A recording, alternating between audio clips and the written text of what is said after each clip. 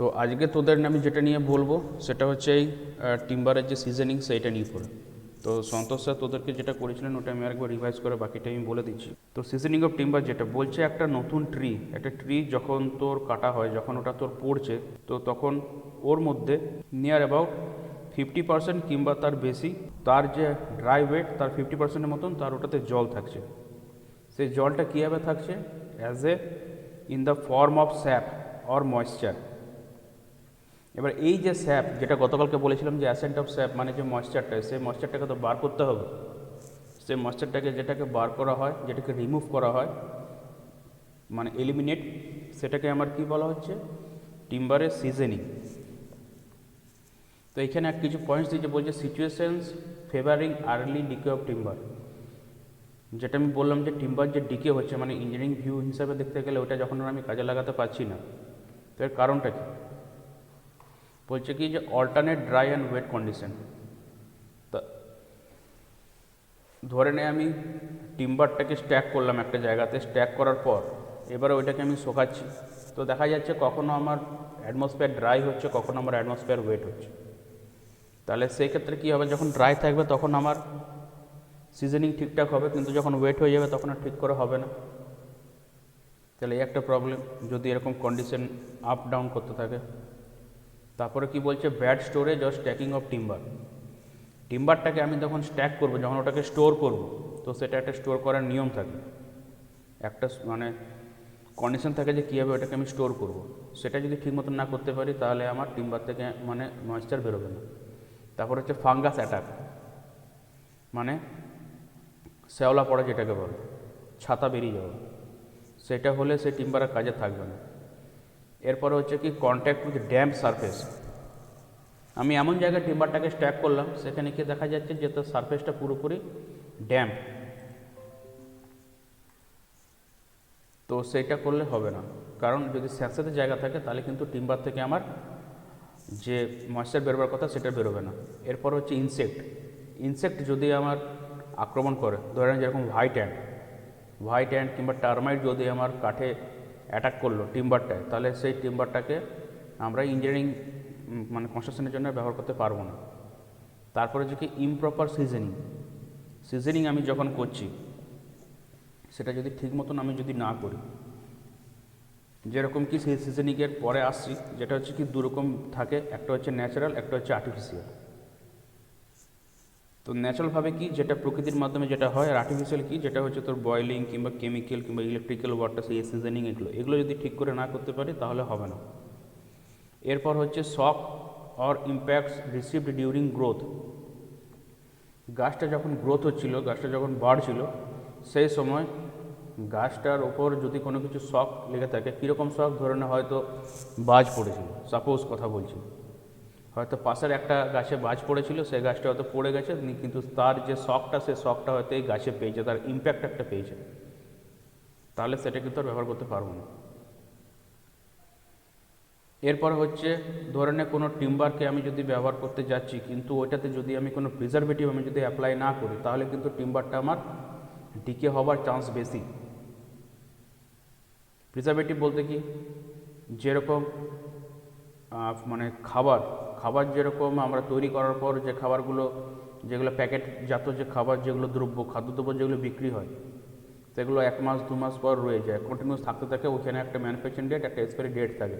তার মানে কি ওর মধ্যে প্রিজারভেটিভ দেওয়া আছে যে অতদিন অবধি ওই খাবারটা ঠিক থাকবে, তারপর আর ঠিক থাকবে না। ঠিক সেরকম টিম্বারের ক্ষেত্রে এই জিনিসটা অ্যাপ্লাই হয়, যে অতদিন অবধি আমার টিম্বার ঠিক থাকবে, টিম্বারকে আর কোনো কিছু আমার মানে কালারিং করা কিংবা তার কোনো ট্রিটমেন্টের কোনো দরকার নেই, কিন্তু সেই ডেটটার পর যদি না করি তাহলে সেই টিম্বারটা আমার ডিকে হতে শুরু করবে। তারপরে যেটা বললাম যে টিম্বারকে যদি ব্যবহার করতে যাই, স্যাপউডটাকে বার না করে, তাহলে আমার ডিকে হওয়ার চান্স থাকে। আর আমি যদি কোনো আনসিজেন্ড যদি আমি কোনো কাঠ ব্যবহার করছি, তাহলে সেটা তো আমার ডিকে হবেই। তো এগুলো হচ্ছে situations favouring early decay of টিম্বারটা তাড়াতাড়ি ডিকে হওয়া, পচে যাওয়ার কারণগুলো কী কী সিচুয়েশনে ফেভার করে, সেটা হচ্ছে এইটা।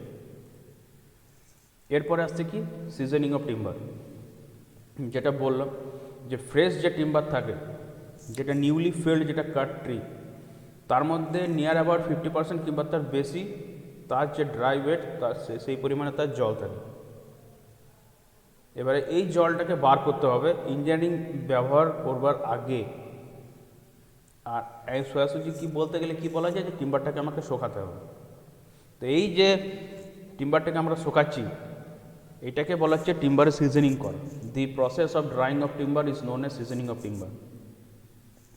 The moisture content should be removed under controlled conditions at a uniform rate from all parts of the timber.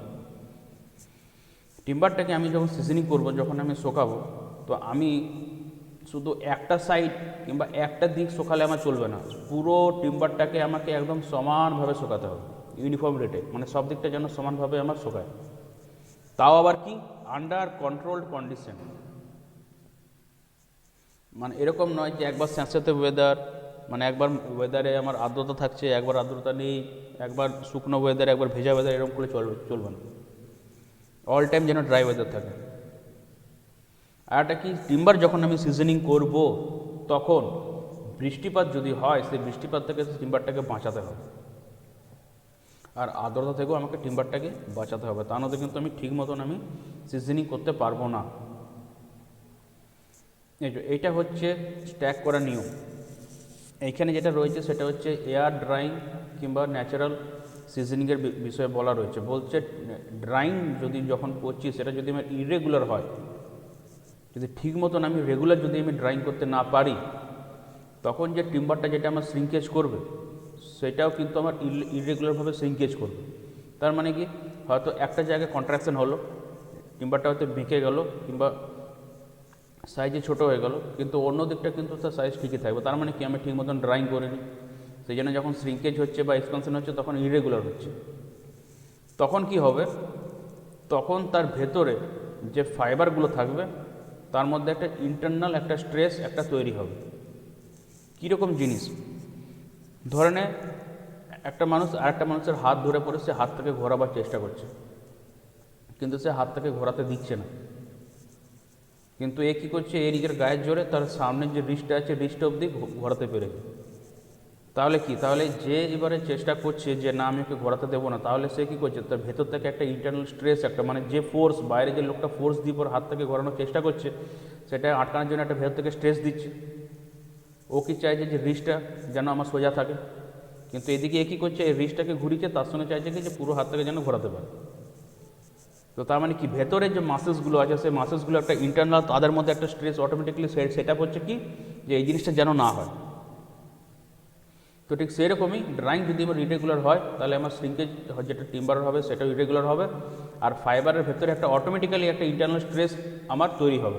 কারণ ফাইবারগুলো চাইবে কি, যে যদি শ্রিঙ্কেজ হয় তাহলে যেন পুরো কাঠটারই হয়, না তো শ্রিঙ্কেজ যদি না হয় তাহলে যেন কাঠের যেন কোনো অংশ না হয়। কারণ কি, একদিকটা শ্রিঙ্কেজ হচ্ছে, একদিকে কিন্তু শ্রিঙ্কেজ হচ্ছে না।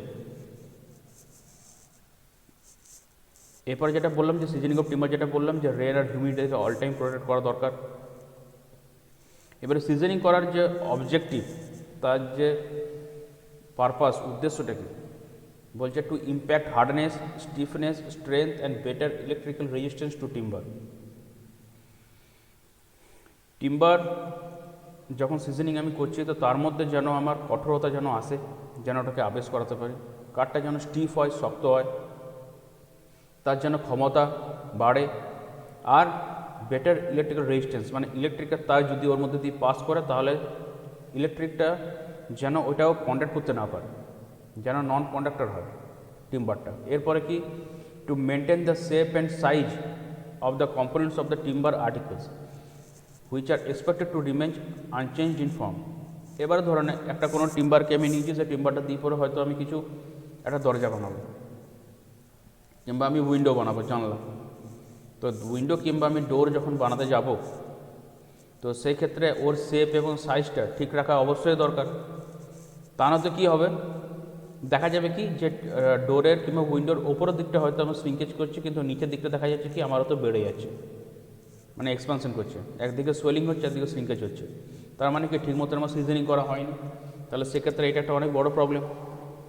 কারণ ওই যে মানে আর্টিকেলস, ওই যে টিম্বার জিনিসপত্রগুলো, আমার উদ্দেশ্য কি, যে ওগুলো অল টাইম যেন আনচেঞ্জড ফর্মে থাকে, এরকম নয় যেন ওগুলো মানে মাঝে মধ্যে চেঞ্জ হয়, কারণ ওগুলো অল টাইম আনচেঞ্জড ফর্মে আমার থাকবে। এরপরে কি, to decrease the weight of the timber and thereby reduce the cost of transportation. Timber যখন নিউলি ফেল, যখন কাঠ টিম্বার হচ্ছে, তখন ওর মধ্যে কী থাকছে, তার যে ড্রাই ওয়েট তার 50% কিংবা তার বেশি জল থাকছে। তাহলে জল সমেত আমি যখন টিম্বারকে যদি আমি ট্রান্সপোর্ট করি কিংবা আমি যদি ওয়েট করি, তাহলে অবশ্যই তার কস্ট বাড়বে, তার ওজনটা বাড়বে। কিন্তু আমি যদি ঠিক মতো সিজনিংটা করতে পারি, তাহলে কি টিম্বারের ওজনটা আমার অটোমেটিক্যালি কমে যাবে আর ট্রান্সপোর্টেশন কস্ট আমার কমবে। এরপরে কি, to make timber easily workable and to facilitate operations during conversion. টিম্বারকে সিজনিং করার পর টিম্বারকে নিয়ে যখন আমি কাজ করতে শুরু করব, ধরে নে 100 মিলে দিলাম ওটাকে চেরাই করার জন্য, তাহলে ওটা ইজিলি চেরাই হবে। কিংবা আমি অন্য কোনো একটা মিলে দিলাম যেখানে ওটা শেপ অ্যান্ড সাইজ চেঞ্জ হবে, তো ওটা ইজিলি করা যাবে। তো আর যদি ঠিক মতন সিজনিং না হয়, তাহলে ওটা করতে গিয়ে হয় আমার ফেটে যাবে, না হয় ওয়ার্ক কিংবা ক্র্যাক হয়ে যাবে, কিংবা হয়তো ঠিক মতন কাজ করা যাবে না। এরপরে কি, to make timber suitable for receiving treatment of paints, preservative, varnishes etcetera. কাঁচা যদি কাঠ থাকে, যেরকম একটা কথায় কি বলা হয় যে কাঁচা কাঠ, তার মানে কি, কাঠটাকে সঙ্গে সঙ্গে কাটা হয়েছে, এখন ওর মধ্যে জল রয়েছে, সে জলটা এখনো বেরোয়নি, ভেজা ভেজা ভাব আছে। তো সে অবস্থায় কোনো টিম্বারকে নিয়ে পরে আমি যদি রং করতে যাই, কিংবা যদি ওর মধ্যে কোনো প্রিজারভেটিভ যদি অ্যাড করতে যাই, কিংবা যদি আমি ভার্নিশ করতে যাই, তাহলে কিন্তু ওটা নেবে না, ওটা কাঠটার মধ্যে ধরবে না, ওটা স্টাক করে থাকবে না, ওটা ছেড়ে যাবে। তো সেই জিনিসগুলো যাতে না হয়, সেই জন্য কী করতে হবে, টিম্বারটাকে আমাকে প্রপারভাবে সিজনিং করতেই হবে। এরপরে কি, ফাঙ্গাস অ্যাটাক আর ইনসেক্টের অ্যাটাক, যেরকম কি শাল কাঠ, মেহগনি কাঠ, ঠিক আছে, টিক, এইসব কাঠে কি হয়, চট করে মানে ইনসেক্ট কিন্তু অ্যাটাক করে না, কিংবা ফাঙ্গাস ছাতাও পড়ে না। কিন্তু যদি ওগুলোকে আমরা ঠিক মতন যদি প্রিজারভেটিভ যদি না দিই, যদি আমরা ওগুলোকে ভার্নিশ না করি, যদি পেন্ট না করি, তাহলে কিন্তু দেখা যাবে যে অনেক বছর পর, মেবি 1 or 2 ডিকেড পরে, ওগুলোর ওপরেও কিন্তু আমার অ্যাটাক হয়েছে। ফাঙ্গাস হয়তো অ্যাটাক করেছে, মেবি হোয়াইট অ্যান্ড কিংবা টার্মাইটও হয়তো আমার অ্যাটাক করেছে। আর একবার যদি অ্যাটাক করে, তখন সে টিম্বারের বাইরের দিকটা কিছু হয় না, ওরা ভেতরের দিকটাকে ওরা মানে অ্যাটাক করে। এরপরে কি, to make suitable for joinery work. Joinery work বলতে কি, কার্পেন্ট্রি, যে তোদের একটা কার্পেন্ট্রি ট্রেড আছে যেটাকে বলে অ্যালাইড ট্রেড, কার্পেন্ট্রি আছে আর ইলেকট্রিক্যালও আছে। যেহেতু সিভিলের মধ্যে মানে ইলেকট্রিক্যাল আর কার্পেন্ট্রির অল্প একটু টাচ আছে, তো সেক্ষেত্রে কার্পেন্ট্রি দুটো ভাগ, একটাকে বলা হয় কার্পেন্টার, একটাকে বলে জয়নার। দুটোকে মিলেই হচ্ছে কার্পেন্ট্রি, কিন্তু দুটোকে আলাদা আলাদা ভাগ করেছে। মানে কি, একজন কাঠটা কাটবে শেপ অ্যান্ড সাইজ করে, আর আরেকজন সে কাঠটাকে জয়েন্ট করে। তো আমি যদি ঠিক মতন সিজনিং না করি, তো আমি সেই ক্ষেত্রে ঠিক মতন আমি কোনো শেপ অ্যান্ড সাইজ আমি আনতেও পারবো না, আর কার্পেন্ট্রির সাথে ঠিক মতন কাজ করতেও পারবে না। আর কেউ যদি জয়েন করতে যায় সেটাকে নিয়ে পড়ে, সেটাকে ঠিক মতন সে জয়েনারি কোনো কাজও করতে পারবে না। এরপর কি, to reduce the tendency of timber two crack, shrink and work. Timber যেন ক্র্যাক না করে, টিম্বার যেন কুঁকড়ে না যায়, টিম্বার যেন বেঁকে না যায়, এই যে টেন্ডেন্সিগুলোকে কমানোর জন্যই কিন্তু আমাকে সিজনিং করাটা খুবই ইম্পর্টেন্ট, খুবই বাঞ্ছনীয়। তো সিজনিংয়ের মেনলি দুটো পার্ট, একটা হচ্ছে ন্যাচারাল সিজনিং, একটা হচ্ছে আর্টিফিশিয়াল সিজনিং। তো ন্যাচারাল সিজনিংটা কি বলছে, সিজনিং অফ টিম্বার যখন আমরা করব বাই ন্যাচারাল এয়ারের দ্বারা, তখন এটাকে বলা হচ্ছে ন্যাচারাল সিজনিং বা এয়ার সিজনিং। মানে প্রকৃতি এটা তার নিজের কাজটা করবে। তো এখানে এয়ার সিজনিং যে আমরা করব, তো তার কী কী অ্যাডপ্টেড, কী কী মেজার্স আমাকে গ্রহণ করতে হবে। তো সিজনিং এইভাবে করা হয়, একটা স্লোপ রুফ থাকবে, এটা হচ্ছে ওয়ান সাইড দেখানো হয়েছে, এটা ওয়ান সাইডও থাকতে পারে, আবার 2 সাইডও থাকতে পারে, স্লোপ রুফ থাকবে। সেই স্লোপ রুফটা কেন করা হয়, কারণ যদি বৃষ্টিপাত হয় কিংবা যদি কিছু জল কিংবা কিছু স্নো পড়ে, তাহলে সেই জলটা যেন আমার বয়ে চলে যায়। এরপরে নিচে একটি রাখা থাকে, টিম্বারটাকে স্ট্যাক করার জন্যে গ্রাউন্ড সারফেস থেকে তুলে রাখা হয়, ওইখানে কাঠের ব্যাটেম দেওয়া হয়, কিংবা ওই জায়গাটা কংক্রিটিং করে ওর ওপরে একটা সারফেস করা হয়, তার উপরে টিম্বারটাকে 1 by 1 করে স্ট্যাক করে। কিন্তু প্রতিটা টিম্বারের মধ্যে গ্যাপ থাকে, যেন ওইখানে এয়ার যেন ঠিক মতন পাস করতে পারে, আর যেন একটার সঙ্গে একটা সারফেস যেন আমার টাচ না করে থাকে। তো এখানে কি বলছে, timber is cut and sawn into suitable section of plank or scantling. টিম্বারটাকে আমি কাটিং করলাম, কাটিং করে তার সুটেবল সেকশনে আমি ওটাকে কেটে নিলাম, যে যেরকম আমি করব, মোটা কাট রাখবো নাকি পাতলা কাট রাখবো নাকি প্ল্যাঙ্ক করবো, মানে সরু সরু কাট রাখবো সেরকম। এরপরে the place where stack is to be construct is clear and level for good drainage. এরপরে সঙ্গে সঙ্গে আমি কাঠটাকে কী করে আমি প্লেস করবো না, আগে যে জায়গাটাই আমি রাখবো, যেখানে আমি স্ট্যাক করব, যেখানে জমা করছি 1 বাই 1 করে, সেই জায়গাটাকে পরিষ্কার করব। আর ড্রেনেজ যদি কোনো যদি আমার ওয়াটার যদি কোনো জায়গা থেকে আসছে, মেবি সাপোজ ধরনের বৃষ্টিপাত হলো, তো যদি ড্রেনেজ ঠিক করে হয় আগে সেই জায়গাটা আমাকে ঠিক করতে হবে। এরপরে ওইটা হয়ে গেল কমপ্লিট। এরপরে আমি টিম্বারগুলোকে 1 বাই 1 করে আমি স্ট্যাক করব, হরাইজন্টালিও স্ট্যাক করতে পারি বা ভার্টিক্যালিও আমি স্ট্যাক করতে পারি। তো বেস যে প্ল্যাটফর্মটা, স্ট্যাকের যে বেস প্ল্যাটফর্ম, এটা হচ্ছে কি গ্রেড যে গ্রাউন্ড লেভেল থাকবে, গ্রাউন্ড লেভেল থেকে মেবি 30 সেন্টিমিটার কিংবা তার বেশি, মিনিমাম 30 সেন্টিমিটার কিংবা তার বেশিও আমি এটাকে তুলে রাখবো, যাতে গ্রাউন্ডের সঙ্গে আমার একদম যেন টাচ আমার না থাকে। এরপর টিম্বারের যে পিসগুলো থাকবে সেগুলোকে শর্ট আউট করব তাদের সাইজ অনুসারে, যে এরকম নয় যে প্রথমে ছোটোটা সব থেকে নিচে রাখলাম, বড়োটা ওপরে রাখলাম, এরকম নয়। যেরকম রাখা প্রয়োজন, যেরকম রাখা উচিত, সেটা ওখানে সুপারভাইজ করে ওটাকে 1 বাই 1 লেয়ারে ওটাকে ঠিক মতন করে সাজাতে হবে। কিন্তু একটা টিম্বারের ওপর আমরা একটা টিম্বারকে সাজাবো না, প্রতিটা টিম্বারের যে লেয়ার থাকবে সেই লেয়ারের মধ্যে কিন্তু আমার গ্যাপ থাকবে। কীরকম গ্যাপ থাকবে, সেখানে আমরা ওখানে কাট দেবো, কিন্তু কীরকম কাট দেবো, যেগুলো ড্রাই পিস। তো the layers are separated by dry pieces of wood of thickness 25 mm তো 35 mm, 25 মিলিমিটার থেকে 35 মিলিমিটারের গ্যাপে গ্যাপে আমাদেরকে কাঠগুলোকে সাজাতে হবে। আর ওই যে গ্যাপটা, সেই গ্যাপটা কী গ্যাপ, ওটা হচ্ছে ওইখানে ড্রাই উড আমরা দিচ্ছি। 25 মিলিমিটার থেকে 35 মিলিমিটারের সেকশনে ড্রাই কাঠ আমরা দেবো, তার উপরে আমরা কাঠগুলোকে সাজাবো। এবারে এই যে স্পেসগুলো, এই স্পেসগুলোকে আমরা বাড়াতেও পারি, ডিপেন্ড করছে কীরকম কাঠ আমরা সিজনিং করবো তার ওপরে। মেবি কেপ্ট হচ্ছে 45 মিলিমিটার, 450 মিলিমিটার টু 600 মিলিমিটার, মানে কত 45 সেন্টিমিটার থেকে 60 সেন্টিমিটার, আমরা এরকমও করতে পারি। ডিপেন্ড করবে কার উপরে, যে কীরকম আমার জায়গা রয়েছে, কীরকম ওয়েদারিং কন্ডিশন, কীরকম কাঠ, তার উপর। এরপরে কি, the stack is protected from rain, sunlight and heavy wind. বৃষ্টিপাত, সূর্যের আলো আর হেভি উইন্ড থেকে যেন এটাকে বাঁচানো যায়, সেই জন্য আমাকে রুফ করে ওটাকে সাজাতে হবে। এটা হচ্ছে আমার কি এয়ার ড্রাইং কিংবা ন্যাচারাল সিজনিং এটা। এবারে এর অ্যাডভান্টেজ কি, সুবিধা কী কী, এর যে ময়েশ্চার কন্টেন্ট থাকে কাঠের can be ব্রট down to about 10 to 20%। এইভাবে যদি আমরা সিজনিং করে থাকি তাহলে নিয়ার অ্যাবাউট 10 থেকে 20% যে ময়েশ্চার থাকে সেটাকে আমরা বার করতে পারবো, এলিমিনেট করতে পারবো ওটা। এটার জন্য কি কোনো খুবই দক্ষ স্কিল সুপারভিশনের কোনো দরকার নেই, এটা একটা আনস্কিল বা সেমি স্কিল লেবারও এই কাজটা করতে পারে। এইবারে কাঠ যদি ধরে নেয় আমার থিক, যদি মোটা কাঠ থাকে, সেক্ষেত্রে যদি আর্টিফিশিয়াল সিজনিং করতে গিয়ে দেখা যাচ্ছে যে আমার হয়তো খুব মানে খরচ হচ্ছে কিংবা খুব ব্যয়সাধ্য ব্যাপার, সেক্ষেত্রে আমাদেরকে ন্যাচারাল সিজনিংটা আমরা বেছে নিই। কারণ এটা সিম্পলি জিনিস, হয়তো ওখানে 3 মান্থস কি 6 মান্থস হতে রইলো, সে সিজনিং হচ্ছে, তারপরে সে কাঠটাকে আমরা ব্যবহার করছি। এই মেথডটাকে বেশি ইউজ করার কারণ এই মেথডটা খুবই চিপ, সস্তা এবং খুবই সিম্পল, খুবই সাধারণ। এটা এই মেথডটাতে কোনো কিছু প্রবলেম নেই।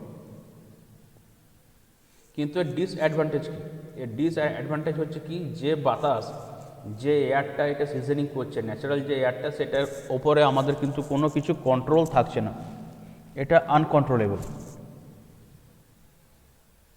এইবারে যে সারফেসগুলো, মানে একটার পর একটা কাঠ যে আমরা সাজিয়ে করে রেখেছি গ্যাপে গ্যাপে, তো সেইগুলো যে শোকাচ্ছে, যে সিজনিং হচ্ছে, সেটা কিন্তু মে নট বি ইউনিফর্ম না হতেও পারে, কারণ এয়ারটাকে আমরা কন্ট্রোল করতে পারছি না। এবারে দেখা গেল যে কোনো জায়গাটা ঠিকমতো সিজনিং হচ্ছে, তো কোনো জায়গায় ঠিকমতো সিজনিং হচ্ছে না, তো এটা হচ্ছে একটা অনেক বড় অসুবিধা।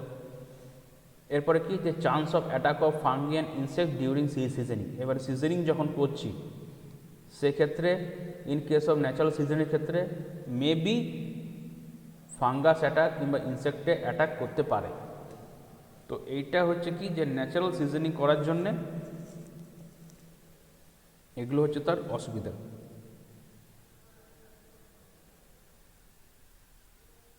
এই ক্ষেত্রে একটা কথা বলে রাখি, এই যে সিজনিংটা করছি ন্যাচারাল সিজনিং, তো এইটাই কিন্তু অনেক টাইম লাগে, হিউজ টাইম লাগে এইটাতে করতে। মেবি নিয়ার অ্যাবাউট ইয়ার পর ইয়ার, বছরের পর বছর লাগে পুরোপুরি কাঠটাকে ঠিক মতন রেডি করতে। এরপরে কী আসছে আর্টিফিশিয়াল।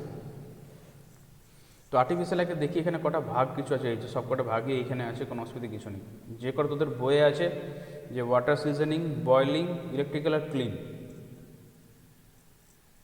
আরেকটা ভাগ থাকে যেটাকে বলে কেমিক্যাল সিজনিং। তো কেমিক্যালটা এখানে দেওয়া নেই, কেমিক্যালটা আমি বলে দেবো। তো আর্টিফিশিয়াল জিনিসটা কি, এটা হচ্ছে to make the drying more uniform and even by controlled conditions artificial seasoning is adopted. Seasoning করা মানে কি, কাঠটাকে যে শুকাবো সেইটা যেন সব পুরোটা যেন সমানভাবে শুকায়, কোনো জায়গায় যেন অড না থাকে, যেন ইভেন ইউনিফর্ম, যেন সমতা বুঝিয়ে যেন ঠিক মতো যেন পুরোটা শুকিয়ে যায়। আর এয়ারটাকে যেহেতু আমরা কন্ট্রোল করতে পারছি আর্টিফিশিয়ালের মাধ্যমে, যেটার জন্যে ওটা শুকাচ্ছে, সেই জন্যে আর্টিফিশিয়াল সিজনিংটাকে মানে করা হয়। এটাতে কি হয়, সিজনিংয়ের টাইমটা কিন্তু অনেক কম লাগে। আর ন্যাচারাল সিজনিংয়ের থেকে আর্টিফিশিয়াল সিজনিং যখন করছি তখন সেই ক্ষেত্রে কাঠের মধ্যে শ্রিঙ্কেজটা কম দেখা দেয়, শ্রিঙ্কেজ খুবই মিনিমাল, হয় না বললেই চলে, ক্র্যাক হওয়ার কোনো চান্স থাকে না, আর ওয়ার্পিং হয় না। ওয়ার্পিং মানে কি, বেঁকে যাবে, তেবড়ে যাবে, সেরকম কিছু হবে না, কোনো ফাটাফুটি কিছু থাকবে না। The wood with desired moisture content may be obtained by the artificial seasoning. এইবারে ধরে নে কোনো কাঠ আমি সিজনিং করছি, তো সেটাকে পরীক্ষা করে দেখা যাচ্ছে যে ওর মধ্যে পুরোপুরি যদি ময়েশ্চারটা আমি বার করে নিচ্ছি, তাহলে সে কাঠটা কিন্তু আর ঠিক মতন আমি ইঞ্জিনিয়ারিং পারপাসের ক্ষেত্রে ব্যবহার করতে পারছি না। তো সেই ক্ষেত্রে ওই কাঠটার মধ্যে যদি 10% যদি জল আমরা ছেড়ে দিই, 15% যদি ওর মধ্যে ময়েশ্চার যদি আমরা ছেড়ে দিই না, ওই 15% ময়েশ্চারটা রয়েছে ওটা থাকুক, তাহলে কাঠটাকে ঠিক মতন ব্যবহার করতে পারবো। তাহলে সেটা আমরা করতে পারি আর্টিফিশিয়াল সিজনিংয়ের মাধ্যমে। কারণ এটাতে কি, আমাদের যেরকম ময়েশ্চার কন্টেন্ট দরকার সেরকম আমরা পেতে পারি কাঠটাতে, কিন্তু সেটা ন্যাচারালভাবে সেটা করা যায় না। এবার এর মেথডটা 4টে মেথড আছে, ওয়াটার, একটা বয়েলিং, একটা ইলেকট্রিক্যাল, একটা ক্লিন। ক্লিন মানে চুল্লি। তো ওয়াটারটা কি, ওয়াটার সিজনিংয়ের ছবি একটা দিয়েছে, বলছে টু রিমুভ দ্য স্যাপউড। স্যাপউডটাকে রিমুভ করার জন্যে কাঠের যে লকগুলো থাকে সেগুলোকে জলে ডুবিয়ে রাখা, জলে ফেলে দিই।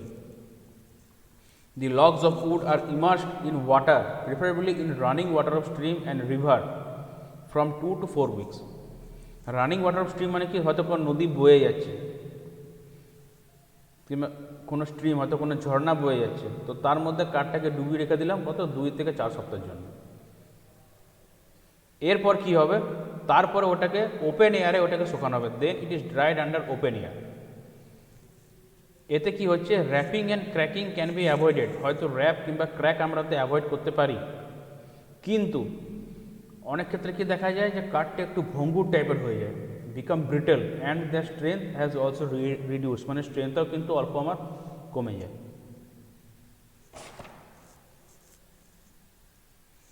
এরপরে কি আছে, সেটা হচ্ছে বয়লিং। বয়লিংয়ে কি হচ্ছে, টিম্বারটাকে বয়েল করা হয় জলে, কতক্ষণের জন্য, প্রায় অ্যাবাউট নিয়ার 3 to 4 আওয়ার্স। এরপরে টিম্বারটাকে ওখান থেকে বার করা হয় আর ওটাকে আস্তে আস্তে শুকানো হয়। যদিও এর সিজনিংয়ের পিরিয়ডটা কম, even though the period of seasoning is less, যদিও বয়লিংয়ের ক্ষেত্রে সিজনিং পিরিয়ডটা এর কম, কিন্তু এর মেথডটা হচ্ছে খুবই এক্সপেন্সিভ, কারণ আমাকে কাঠটাকে বয়েল করতে হচ্ছে। তো বয়েল তো আর এমনি হবে না, ওটার জন্য আমার ফুয়েল লাগবে, জ্বালানি লাগবে, তাহলে সেক্ষেত্রে ওটা একটু ব্যয়সাধ্য ব্যাপার। তাছাড়া কি করা হয়, যদি কোনো হট কোনো স্ট্রিম থাকে, যেখান থেকে বলা হয় না যে ঝর্ণার জল বেরোচ্ছে কিন্তু গরম, তো সেসব জায়গা থেকে টিম্বারটাকে রেখে দেওয়া হয়, তাতে কি ন্যাচারালি ওইটা আমার বয়েলড হয়ে যাবে, তারপরে ওটাকে আমরা শুকাতে পারবো আস্তে আস্তে। এরপরে কি আছে, সেটা হচ্ছে আমার ইলেকট্রিক্যাল সিজনিং। ইলেকট্রিক্যাল সিজনিংয়ে কী করা হয়, যেটা হচ্ছে তো এর মধ্যে দিয়ে এসি কারেন্ট পাস করানো হয়। বলে জিনিসটা বলছে it is an established fact that a green timber offers less resistance to the flow of electric current as compare to A dry timber. বলছে এটা একটা ফ্যাক্ট, একটা তথ্য, এটা পরীক্ষা করে দেখা গেছে কি যে একটা নিউলি ফেল্ড একটা যদি ট্রি মানে একটা ব্রাঞ্চ একটা ডালকে যদি নিয়ে আসছে তার মধ্যে দিয়ে যদি ইলেকট্রিসিটি পাস করে তাহলে সেটা কিন্তু ইলেকট্রিসিটি বেশি পাস করবে একটা শুকনো কাঠের চেয়ে। এর কারণটা কি? কারণ ওর মধ্যে আমার স্যাপ রয়েছে, ময়েশ্চার রয়েছে। এবারে জল দিয়ে তো কারেন্ট সিটি ভালো পাস করে, কারণ ওয়াটার হচ্ছে একটা গুড কন্ডাক্টর, ওর মধ্যে ইলেকট্রিসিটি ভালো ফ্লো করবে। তো সেই জন্যে গ্রিন টিম্বার দিয়ে বেশি ইলেকট্রিসিটি পাস করে, রেজিস্ট্যান্স ক্ষমতা ওর মধ্যে কম থাকে কার তুলনায়, ড্রাই টিম্বারের তুলনায়। তো এবারে ইলেকট্রিক্যাল সিজনিং যে করবো সেটা কীভাবে করবো? হাই ফ্রিকোয়েন্সি উচ্চ কম্পাঙ্কের এসি কারেন্ট ওর মধ্যে দিয়ে পাস করাবো। তো যদি ওর মধ্যে পাস করে তাহলে সেক্ষেত্রে কী হবে, টিম্বারটা আমার গরম হবে, আর যত বেশি গরম হবে তত বেশি টিম্বারটা আমার শুকিয়ে যাবে। এতে কি হয়, this method results in uniform seasoning of wood but the capital cost of equipment needed is more. এর দ্বারা যদি আমি সিজনিং করে থাকি তাহলে আমার সিজনিংটা প্রতিটা জায়গাতে কাঠের প্রতিটা অংশে আমার সমানভাবে হবে, ইউনিফর্ম হবে, সমতা বজায় থাকবে। কিন্তু এর ইলেকট্রিসিটি পাস করবার জন্য এই যে টুলস অ্যান্ড ইকুইপমেন্ট, যে উপকরণগুলো যেটা আমাকে ইনস্টল করতে হবে, তার খরচাটা একটু ব্যয়বহুল, একটু খরচাটা বেশি পড়ে। এই মেথডটা খুবই তাড়াতাড়ি। এই মেথডটা মেনলি কোথায় ইউজ করা হয়?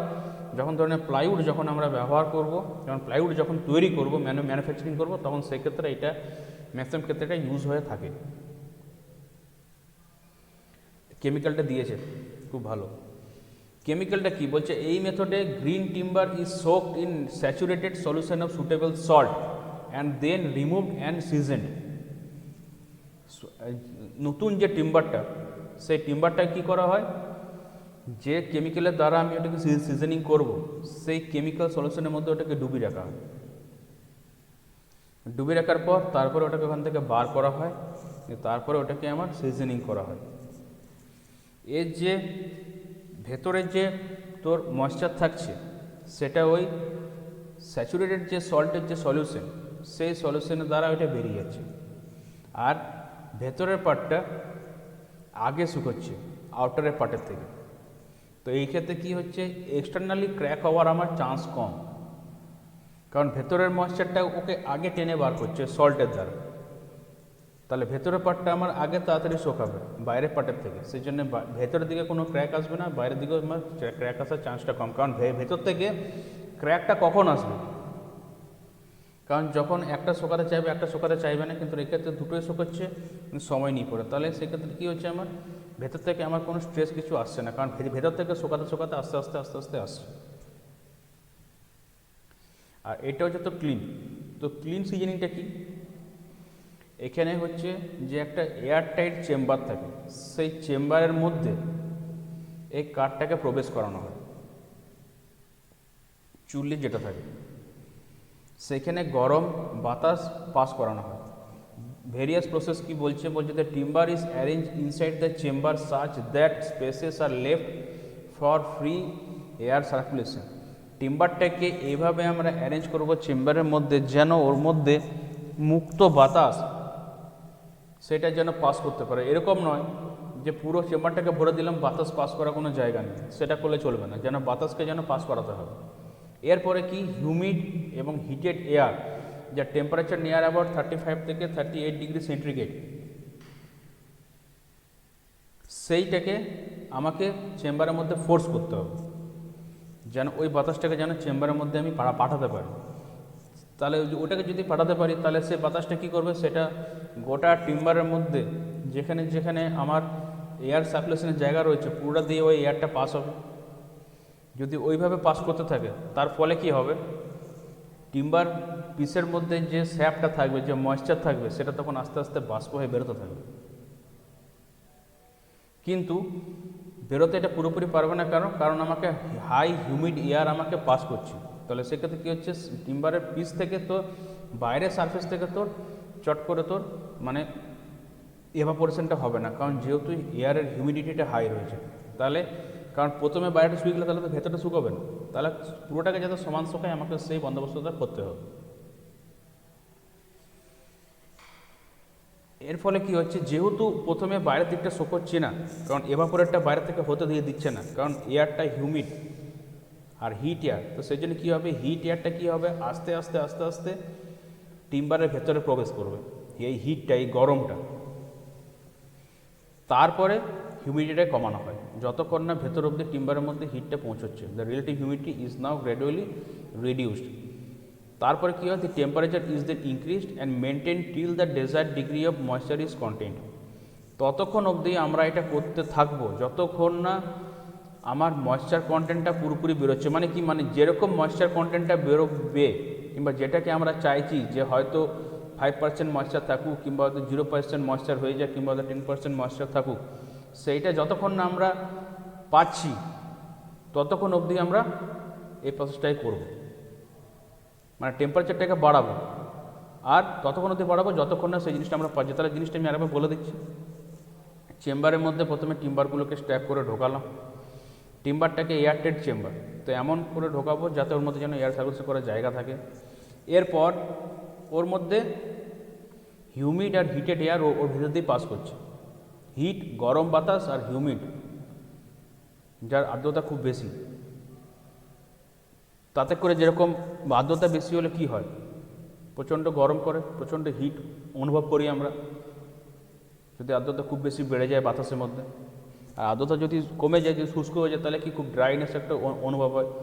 তাহলে হাই হিউমিড আর হিটেড এয়ার পাস করবো, যার টেম্পারেচার নিয়ার অ্যাবাউট 35 থেকে 38 ডিগ্রি, কিংবা কোনো কোনো ক্ষেত্রে 40 সেন্টিগ্রেড হবে। সেটা আমরা সুটেবল অ্যারেঞ্জমেন্টের মাধ্যমে ওর মধ্যে পাস করাচ্ছি।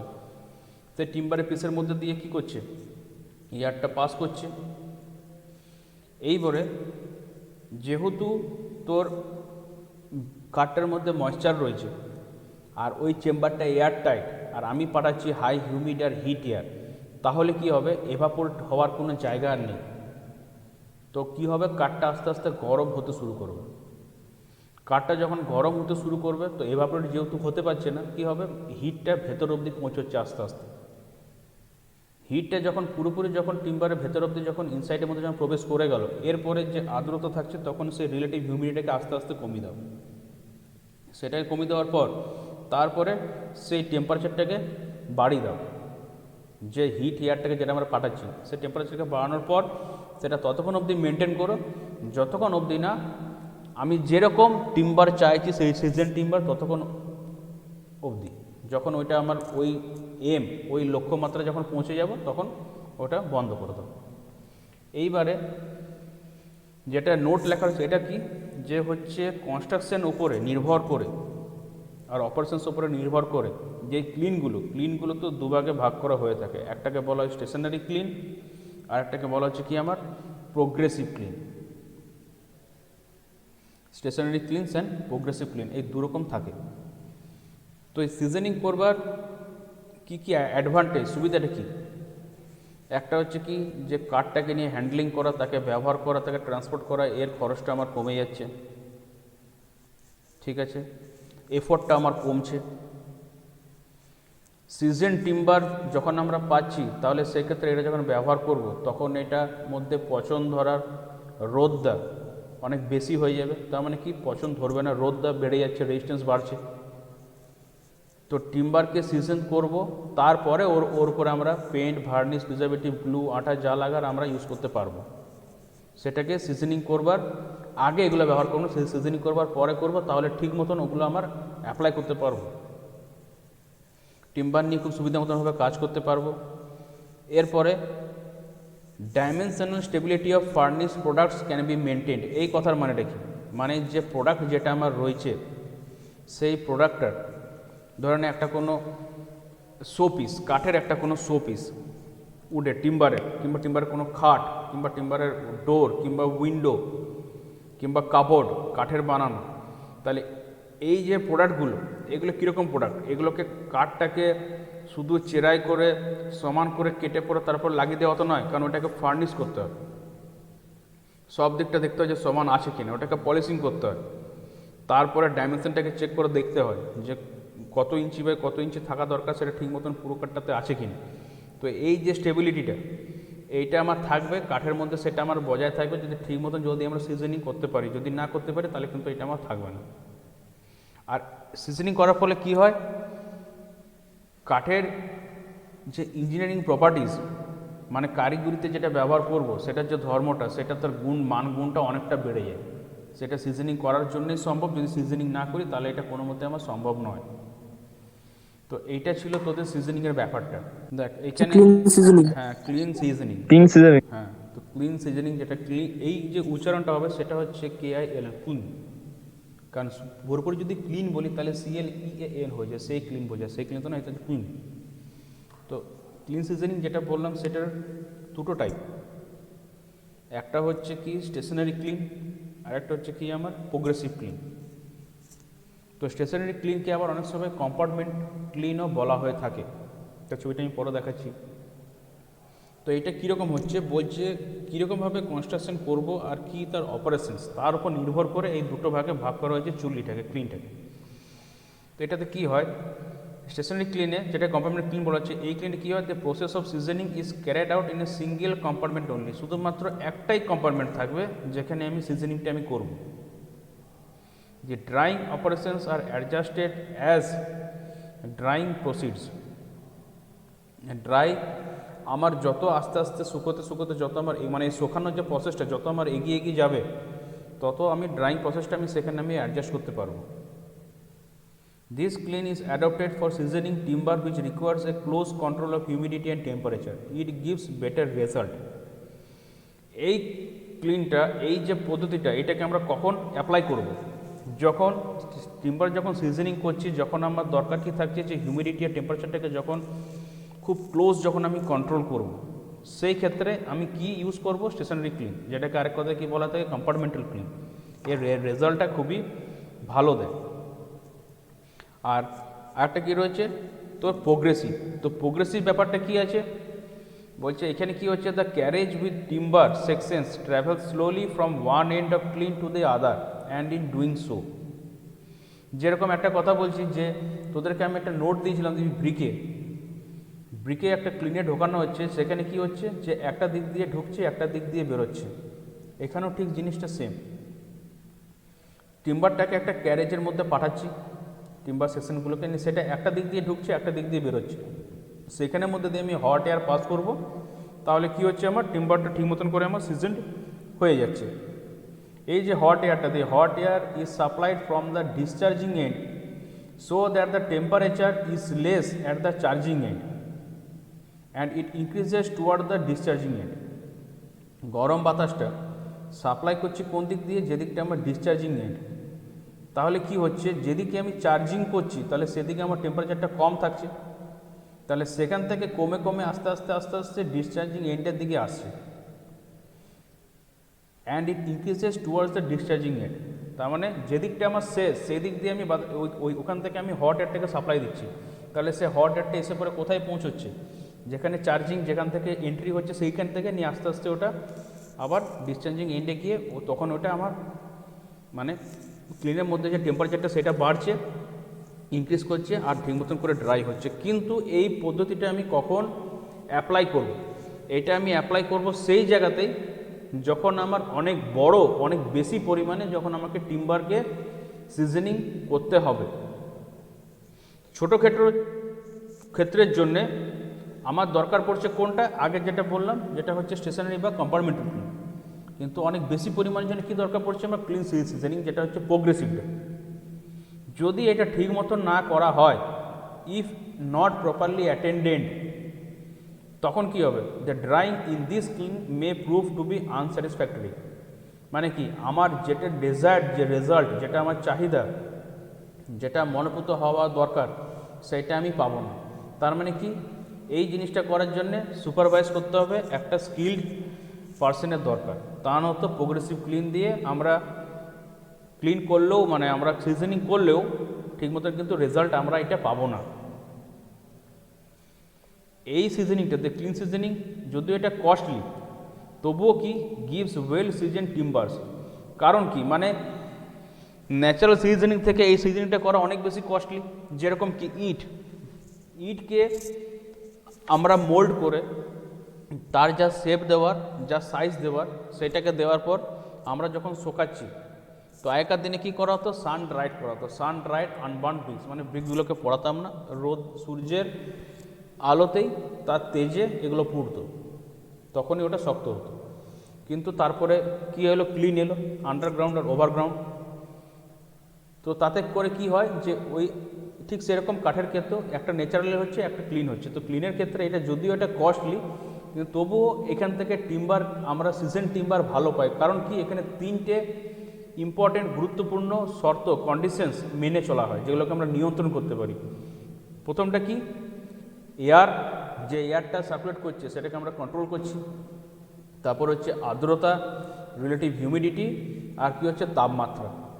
এই তিনটে জিনিসকে যদি ঠিকমতো আমরা কন্ট্রোল করতে পারি, তাহলে আমরা ঠিক যেরকম ইট আমরা ভালো পেতে পারি, ঠিক সেরকম আমরা এখান থেকে কাঠও খুব ভালোভাবে আমরা পেতে পারি।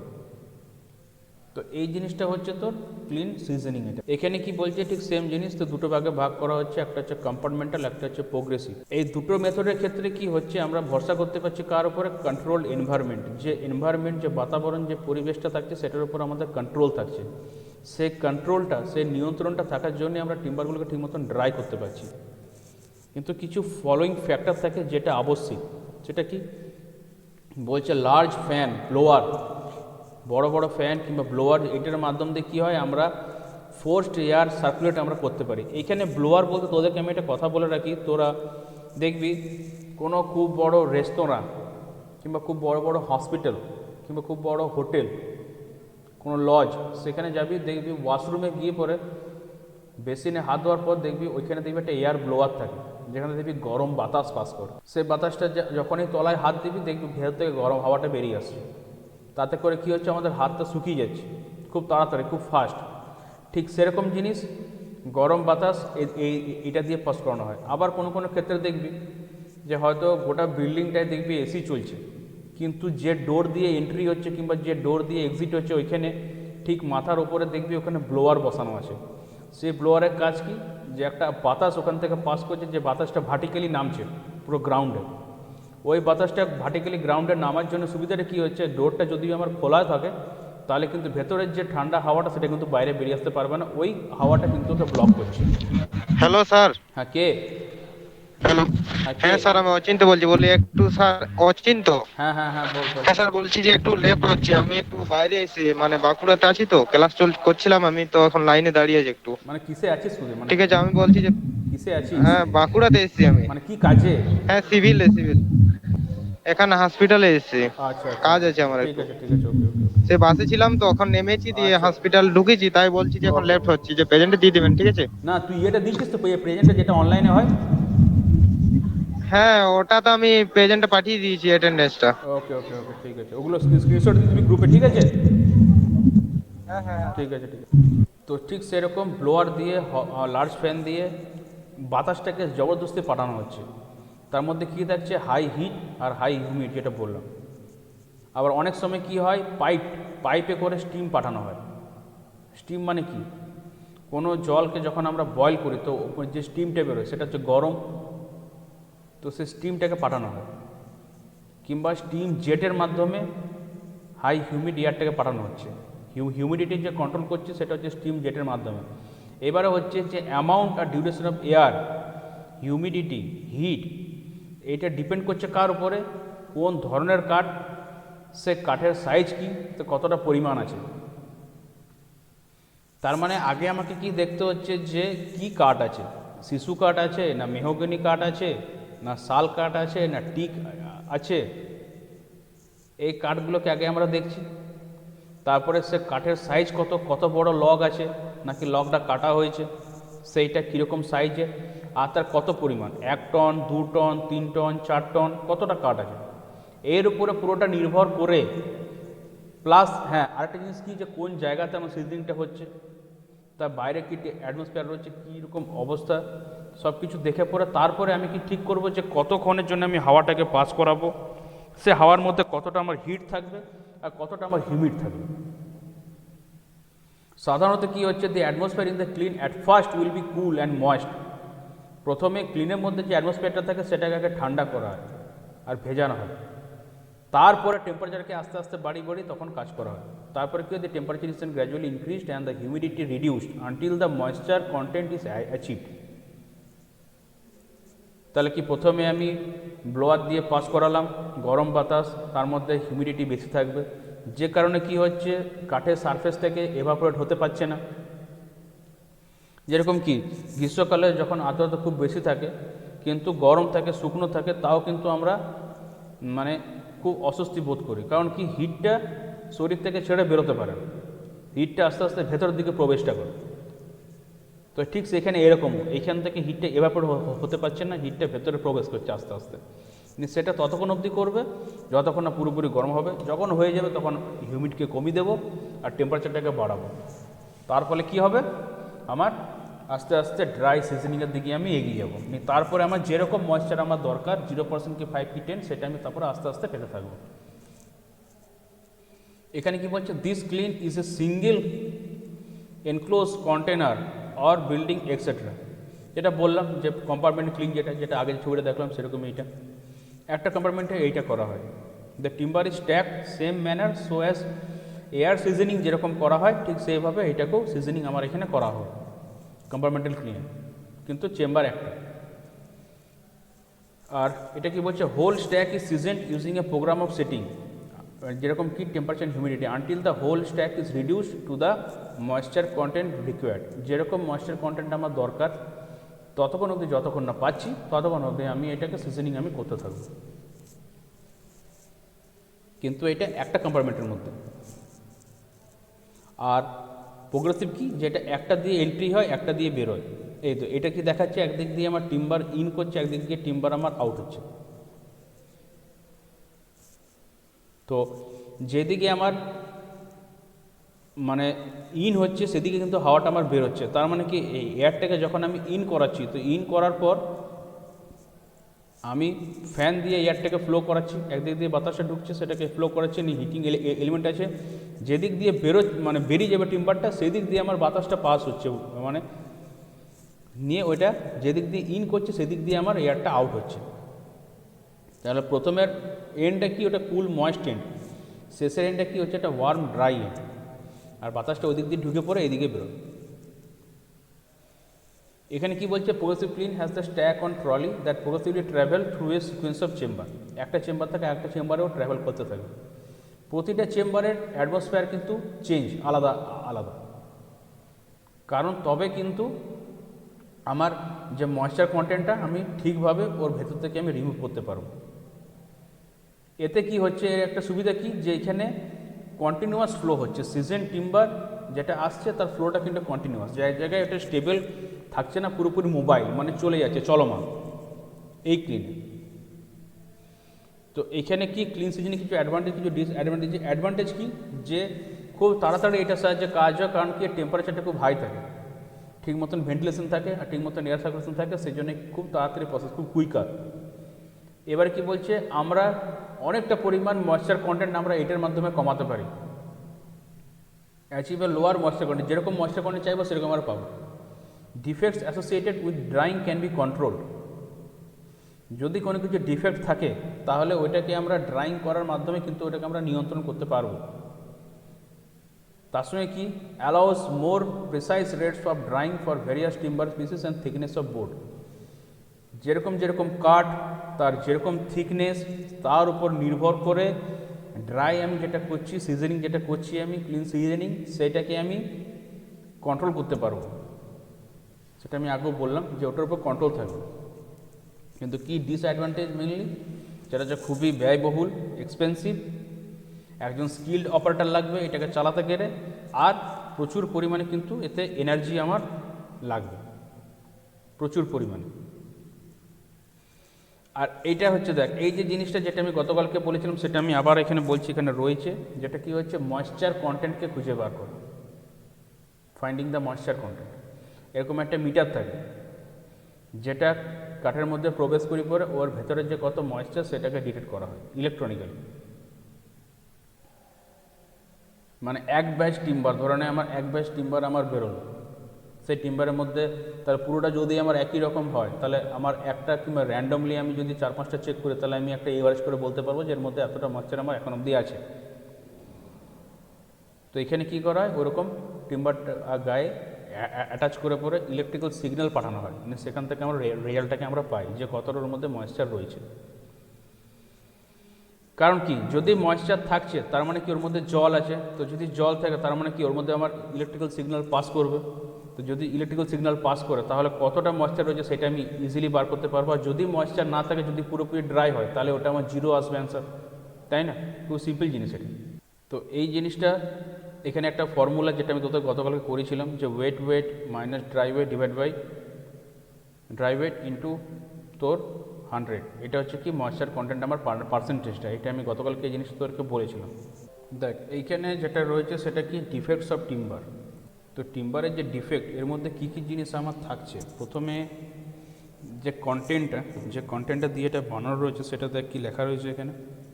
প্রথমে রয়েছে তোর ডেফিনেশন দেওয়া আছে, তারপরে তোর লেখা রয়েছে কি ডিফেক্টস কী কী তোর থাকছে, মানে যেটাকে বলা তোর এক প্রকারের ত্রুটি বা খুঁত বা কোনো গলদ কিংবা ভুল কী কী রয়েছে টিম্বারে, প্রাকৃতিক কী কী রয়েছে, সেসব জিনিস এখানে টোটাল ভালো করে একটা একগুচ্ছ করে দেওয়া রয়েছে। তো ডিফেক্টটা কি? ডিফেক্ট হচ্ছে a defect is an irregularity or abnormality occurring in or on wood which is responsible for its reduction in strength, lowering of durability, poor appearance, decay. Simply একদম বাংলায় বলতে গেলে কি, যে খুঁত বা গলদ বা ত্রুটি এই জিনিসটা কি, যেটা হচ্ছে যদি কোনো ইরেগুলার অসমান যদি কিছু থাকছে, যেটা কিংবা যদি কিছু অ্যাবনর্মাল উল্টোপাল্টা জিনিস, যেটা হয়তো আমরা টিম্বারের ভেতরে বা বাইরের ওপরে সারফেসে যেটা আমরা দেখতে পাচ্ছি, সেটা কেন হচ্ছে, এর কারণটা কি। মেবি ওর মধ্যে হয়তো স্ট্রেংথ ক্ষমতা কমে গেছে, কিংবা ওর মধ্যে যে লং লাস্টিং ব্যাপার ছিল ডিউরেবিলিটি সেটা কমে গেছে, কিংবা ওটা দেখতে হয়তো পুয়ার হয়ে গেছে, অ্যাপিয়ারেন্স ঠিক নেই, কিংবা হয়তো ওটার বয়স অনেক বেশি হয়ে গেছে, কিংবা ওটার মধ্যে হয়তো যদি কোনো পচন ধরেছে ডিকে, তো সেই ক্ষেত্রে ত্রুটিগুলো সামনে আসে। তো এবার দেখ কি কি কারণে হতে পারে। এক হচ্ছে ন্যাচারাল ফোর্স, এক হচ্ছে কনভার্সন অ্যান্ড সিজনিং, আর এক হচ্ছে বায়োলজিক্যাল অ্যাটাক। ন্যাচারালি প্রাকৃতিকভাবে যদি কিছু ডিফেক্ট হতে পারে, কিছু ত্রুটি আসতে পারে। এবারে দেখা যাচ্ছে কনভার্সন অ্যান্ড মানে সিজনিং, মানে যখন আমি সিজনিং করছি কিংবা কাঠটাকে যখন আমি কনভার্সন করছি, হয়তো চেঞ্জ মানে পাল্টা, যে ধরনের আমি কাঠের হয়তো কিছু জিনিস আমি বানাবো, তো ওর যে রাউন্ড শেপ আছে, রাউন্ড শেপ থেকে নিয়ে গিয়ে পরে হয়তো আমি অন্য কোনো শেপে হয়তো আমি ওটাকে নিয়ে যাওয়ার চেষ্টা করছি। কিংবা বায়োলজিক্যালি যদি কোনো কিছু অ্যাটাক হচ্ছে, কোনো ফাঙ্গাস কিংবা তোর হোয়াইট অ্যান্ড কিংবা টার্মাইট এইসব। তো ন্যাচারাল যে কারণে হয় সেটা কখন হয়, গাছ যখন বাড়ছে, তো বাড়ার সময়কালে এটা আমার হতে থাকে। এর মধ্যে কী কী জিনিস সবথেকে কমন কী, তোর হচ্ছে knot, heart shake, star shake, cup shake, radial shake, pitch pocket, rind gall আর টুইস্টেড ফাইবার। এগুলো হচ্ছে আমার কার মধ্যে পড়ছে, ন্যাচারাল ডিফেক্টের মধ্যে আমার এগুলো চলে আসছে। তো এর এক একটা করে ছবি দেওয়া রয়েছে এখানে। নট আবার দুরকম হয়, একটা হচ্ছে লাইভ নট, একটা হচ্ছে আমার কি ডেড নট। এরপরে আছে শেক। তো নট কি বলছে, not occurs when the branches have been growing out from the tree. Not তখন হয়, তখন দেখা দেয় যখন ব্রাঞ্চগুলো শাখা প্রশাখা যখন তো ট্রিয়ের থেকে যখন বাইরের দিকে বেরোচ্ছে তখন। ডেড নটটা কি বলছে, dead knot occurs when the branch has died before the tree was felled, they dry and fall out of the board. তার মানে কি, গাছটা হয়তো কাটা হচ্ছে কিংবা গাছটা হয়তো প্রাকৃতিকভাবে হয়তো ভূমিকম্প কিংবা বন্যার জন্য মাটি হয়তো ধস নামছে, গাছটা হয়তো ল্যান্ডস্লাইডের জন্য পড়ে গেল। তো গাছটা পড়বার আগে কিংবা গাছটা হয়তো যে মারা যাচ্ছে, সে গাছটা মারা যাওয়ার আগে যখন ব্রাঞ্চটা যখন মারা যাচ্ছে, তখন আমার কি চলে আসছে, ডেড নট। আর লাইভ নটটা কি, লাইভ নট হচ্ছে তোর are sound and depends on the size and quantity are of no great disadvantage. Live নটে সেরকম কোনো কিছু অসুবিধা হয় না। তো লাইভ নটের বিষয়টা বলে দিচ্ছি, সেটা হচ্ছে এইটা। লাইভ নট দিয়ে পরে আমরা কাজ করতে পারি, কিন্তু ডেড নট দিয়ে পরে কিন্তু কাজ করাটা সম্ভব নয়। কারণ ডেড নট যদি থাকে তাহলে সেটাকে আগে সরিয়ে দাও, আগে সেটাকে রিমুভ করো। যদি ওটাকে রিমুভ করতে না পারি তাহলে কিন্তু অসুবিধা আছে। এছাড়া তোর আরও থাকে তো সাইজের ওপরে, যে pin not, small not, medium not, large not, মানে নটের যেরকম যেরকম সাইজ তার উপরে তোর এগুলো আমার থাকছে।